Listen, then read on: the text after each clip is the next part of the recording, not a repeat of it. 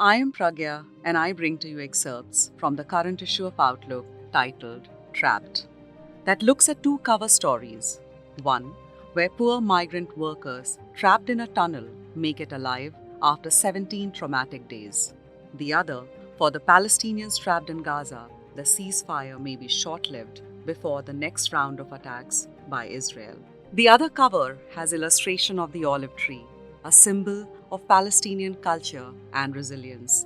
The Palestinian poet in exile, Mahmoud Darwish, has always used olive tree in his poetry. Lines from his poem, The Second Olive Tree, reads, "The portrait for the olive tree is neither green nor silver.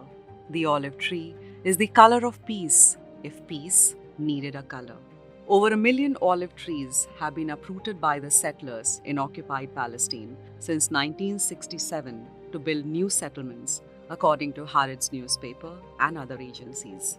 The Stone Philosopher by Irfan Ahmad, a professor of anthropology sociology at Ibn Khaldun University, Turkey. If dominant powers of the current world disorder become its followers in the future, the Palestinians, who the power-happy media dehumanizingly call terrorists, may well emerge as heroes.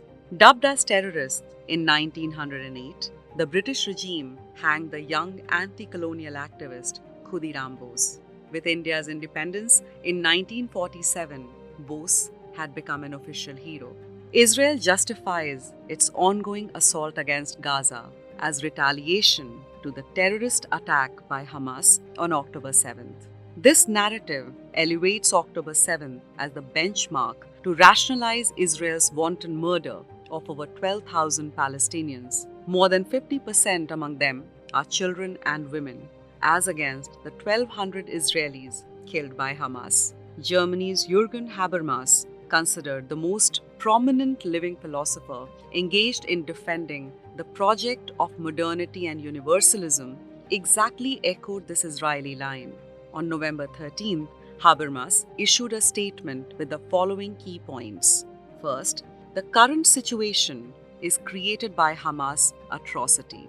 Second, Israel's retaliation against Hamas is justified.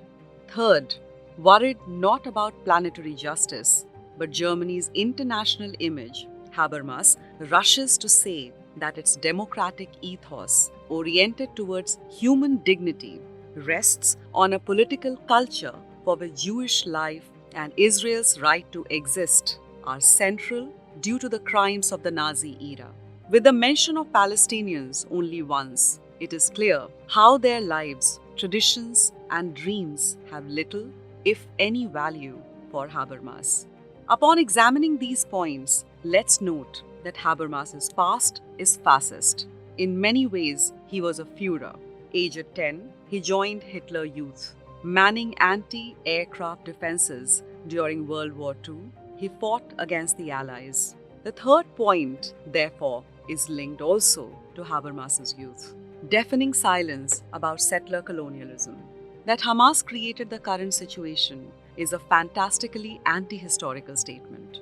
This declaration focused on the present alone that erases the history of Israel's settler colonialism, of which the attack by Hamas was merely an outcome.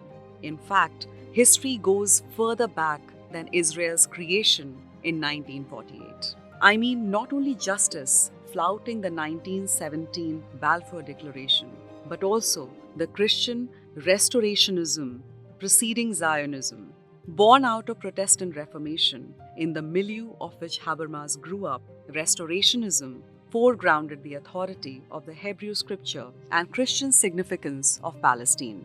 For this and more, read the current issue of Outlook.